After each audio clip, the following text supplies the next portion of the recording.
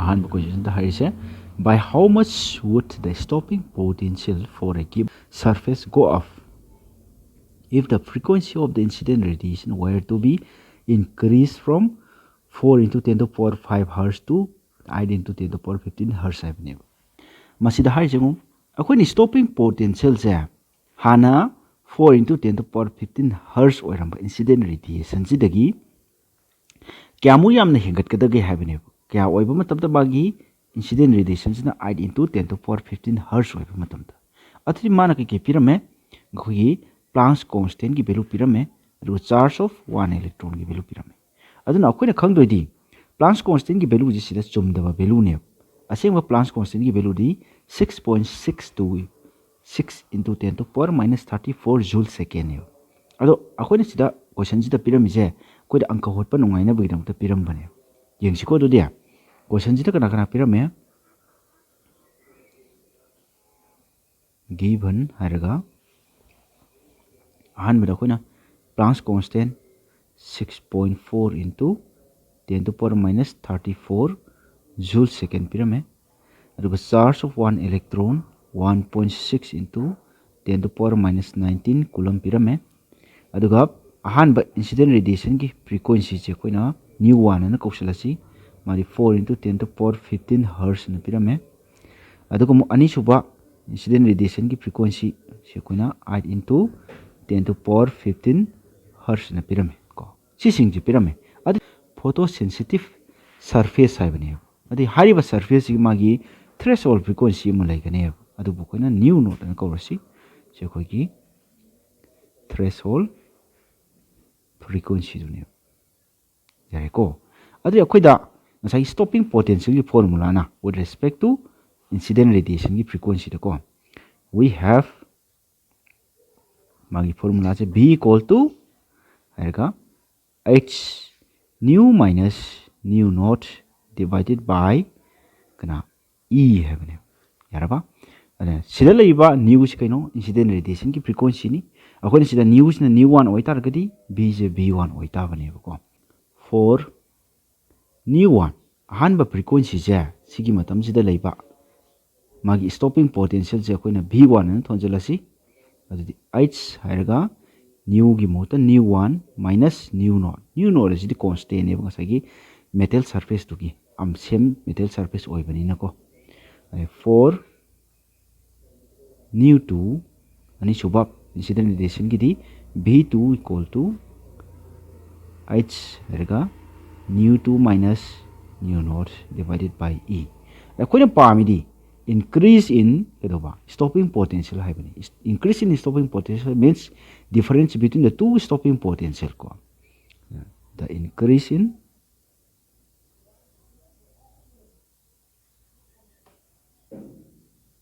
stopping potential is delta v ne thonjalasi madikana na pirani v2 minus v1 v2 की value हपचलो nu 2 minus nu naught whole divided by e minus हायरगा h हायरगा nu 1 minus nu naught whole divided by e सिदा खोइना कना कना कमन ओरे केंगो h by e is कमन ओरे अदि nu 2 minus nu naught minus हायरगा nu 1 दबा plus हायरगा nu naught को सिगी value सिंग हापचलो को h by e हायरगा nu naught का कक्रो अदि nu 2 minus nu 1 ले अन अकोइ की चेंज इन दबा stopping potential का नान पिरनि चा h by e nu 2 minus nu 1 अन मागी वैल्यू सिंग जे लोइमा हापचलगा कोइना 16 volt आयो को work out this one. Anisuba question the high say, Aquina light ama, if a light of wavelength 412.5 nanometers say, incident on its of the metal, makada biriba metal sing say, see the tare, hadi sodium, potassium, calcium, molybdenum go. Haiba metal sing the taba matamda, mukaram but the photoelectric effect talk the gay. Kari maram get the muta talk to no have. Yang si ko today, question a palm is no. Aquida, sigi incident radiation gi. Wavelength of light of wavelength 412.5 nanometer leiba light se asigi energy do putho haine adugi energy do putho in terms of electron volt do putho adu putho kanda sidla leiba work function asidi minimum amount of energy required to eject electron lokthok na bidu changba minimum amount of energy do ne kari kumba sona kandagi taraiba akoina holakpada incident radiation gi energy do na sona kanda pyramid magi work function singse sidagi chawba taragadi photoelectric effect thoni kari kumba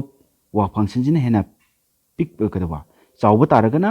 photoelectric effect thoroi condition ji sikatani ko aduna reason judum oiredobani adudi yengminasi solution harga kanana mana pyramid given the wavelength of the incident light lambda is 412.5 nanometer adudi sidi koina 412.5 harga 10 to power minus 9 meter ni the energy of incident radiation or incident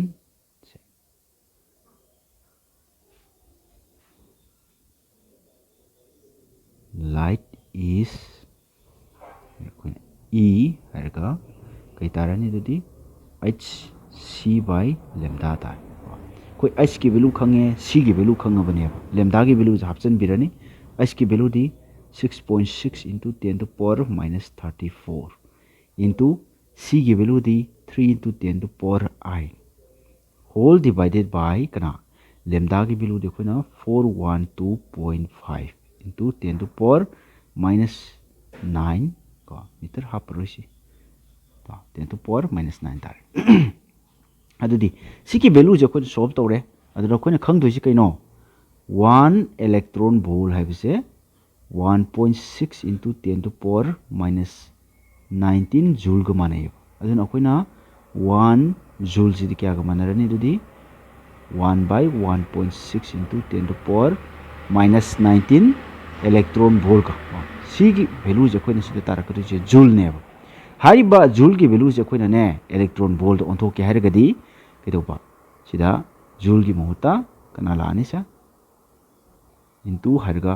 1 divided by 1.6 into 10 to power minus 19 na la duka electron volt adi energy je ko hojik electron volt leirane adun electron volt leirabani na sida tarakadoi ba energy do yenga asona kan koi compare tawrane akoina si je solve tawraga 3 electron volt phange adu dingo incident energy ki radiation incident radiation or incident light ki energy se photon amagi energy se kya tare 3 electron volt tare aduna sigi mathakta pyramid table si de check tawsi karam badadi yarani ngu sisina khoina nangna poraiba paisa doni khalo sida sodium gi maman ne 1.92 haji sodium gi electron amagi maman ne 1.92 ji potassium gi electron amagi maman ne 2.15 haji adudi sigi pyramid magi maman singdudi sigi loop nangna 3 na porai sina leiba yare kana da sodium ga potassium ga di leiba yarane aduga calcium ga molybdenum ga di leiba yararoi karigi mogi maman di hena chak thokre siragi koina poraiba paisa sidagi hena chak thokre aduna moidadi photoelectric effect thoroi aduga only sodium amadi potassium da photoelectric effect thoni na answer to kumaga lor mathangi question da hairse koi Einstein's photoelectric equation jigi important feature ani katang hayo haibani yengsi ko answer da koi Einstein's photoelectric equation di kaino the Einstein's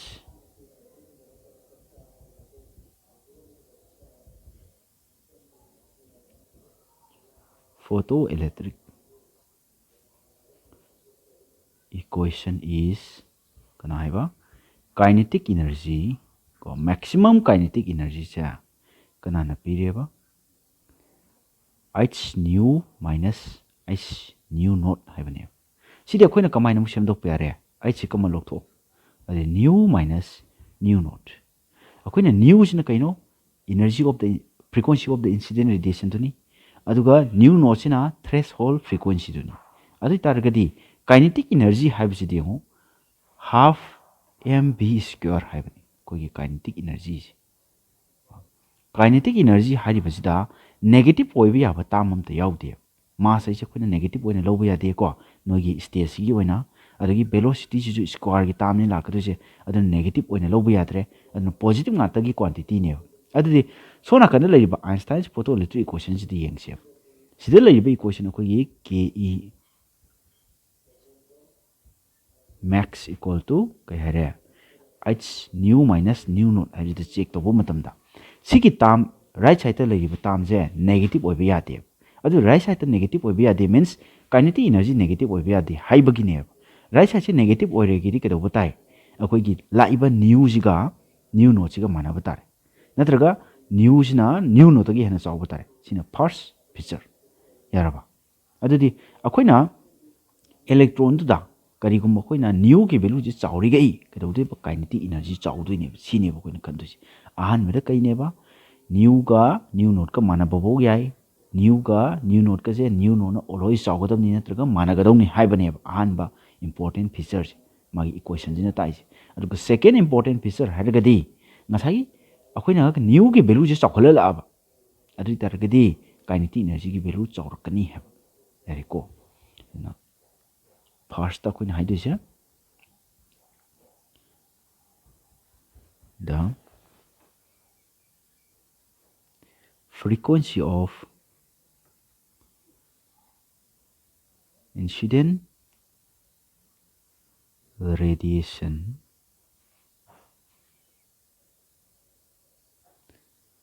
should be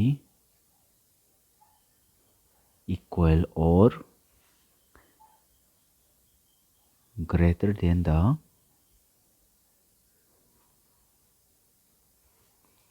threshold frequency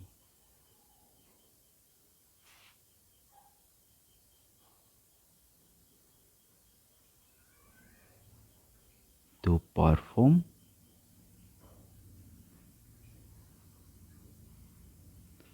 photoelectric effect photoelectric effect thon ge hargadi threshold frequency dagi chawgadam ni natraga managadau ne bo koi ngasai gi incident radiation gi frequency ji ani subada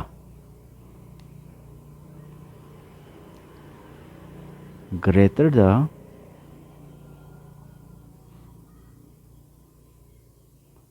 frequency of incident radiation koi incident radiation ji ge frequency jina chawraba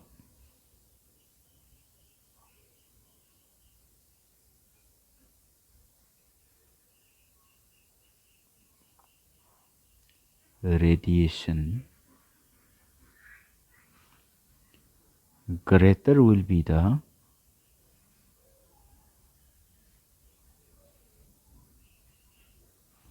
kinetic energy kinetic energy chawgane incident radiation ki value ji chawri gai kinetic energy ki value ji chawgane but there is no change in photoelectric current adubu photoelectric current ki value dadi karimte effect of de photoelectric current ki value di kanada effect of hai akoina intensity of the incident radiation that depend to have ni ko mathangi question ji mo koi check to minasi question is high rise proton amaga electron amaga mogi same velocity de lay proton amaga electron amaga hojik same velocity de chelakadoi ni ado karam bana de Broglie wavelength je chawgadagi kari maram gi no hai yengsi ko du dia solution da mana piramisi ngo akoida proton ama ko proton ki velocity sina koina vp hairasi vp je koina v ga manare na khalasi samanana ve ji jo koina v ga manare kari gi ani je manai haibin koina ki banji ko ani je manai haibin koina v ga roi manare na hairasi sisina koina mass of electron in khalasi mass of electron ye koina 9.1 into 10 to power minus 31 kg ne ba koina dum utpagi wani adigi mass of proton sina 1.67 into 10 to power minus 27 kg ne ba adidi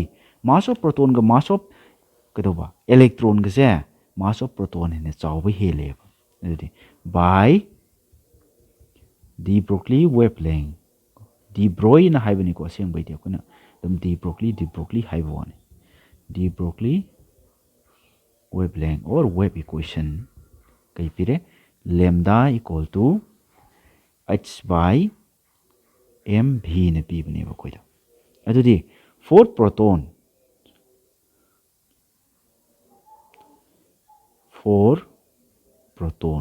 proton ki case ta mula si lambda p na haisi magi kano dudi adudi h divided by mp la ni aduga b gi mota b je bp la ka dong ne ba adu koina b dum ep ra se chona kan site la ke for electron ki magi de Broglie wavelength lambda e na tholasi sidi kai tare h divided by me into v tare now ko ji ratio putoksi lambda p divided by lambda e putosi adi lambda p ki value di kaino h divided by mp into v the lambda e di h divided by me into v adi kaktanaro kana tarani di me divided by mp tarabasa adi sine min to jongo mathaki makada lakani makagi makana mathakta setkini hairo mp divided by lambda p divided by lambda e adi akoina kari khangya but mp is greater than me habne mp sina me digi na chawbeli mass of proton sina mass of electron digi na chawbeli right side sida denominator ne na chawbeli adudi masana left side ta jo denominator ne na chawbe hin tamne aduna lambda e is greater than lambda p chumai tu dana wavelength of kadoba electron is greater than wavelength of proton ngasi super sunday sigi aroi be question oina ko sumai tok na khoina graph am pirame ba graph se kana gi graph no har gadi ko gi de Broglie wave equation gi graph ne in terms of voltage ta ne ko khoina pirame se ko aduna sumai na khoina particle a haibam ga particle b haibam ga le moibani na possess tawduriba magi wavelength amadi mobani de supply tawriba potential do andugi marakta yekpa graph ne adudi hasida hairiba question jina harisina kari karamba object ne na heavy oge karamba object ne na lumge hebni sigi particle a natraga b je ani ji manga kana ne na lumba hengi hebni sigi equation ji kadai degi lakhi no dingsi solution da ko we have akoida de Broglie wave equation je koina reduce tawga kamain tarakpa sa lambda equal to h divided by root over 2mqv hebni sida hai jong h in a Planck's constant m is in a mass of the objects adi a gi organa a gi b gi organa b gi aduga q is in a charge of the objects asai a the possess tawriba charge b the possess tawriba charge b is in a kedo ba voltage supply do ne adri akoina ne consider tawrise sigi object sida laidiba charge sing chap manai na khando ne adudi kamai tawdana depend tawrogen siko implies that lambda equal to h divided by root over 2mq into 1 by root over v na ko sumai tawdan ebr yaraba do dia sigi equation ji da yeng kanda akoina same value of the 1 by root v 1 by root v gi value ji same value de log share adu same value de log ba har gadi kadai jaka da tarani sa sumai tawdan to magi mapa same value da sumai na hapet manare na khalasi ko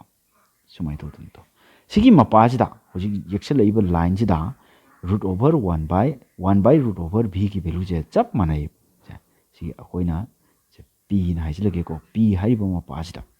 ꯑꯗꯨꯗꯤ ꯁꯤꯒꯤ ꯚꯦꯂꯨꯁꯤ ꯃꯨꯛ constant ꯆꯠꯈ꯭ꯔꯕꯅꯦꯕ ꯑꯗꯨꯗꯤ ꯉꯁꯥꯏꯒꯤ ꯂꯦꯝꯗꯥꯁꯤ ꯀꯅꯥꯗ depend ꯇꯧꯔꯛꯈꯤꯡꯁꯤ for same value of 1 by root over v and q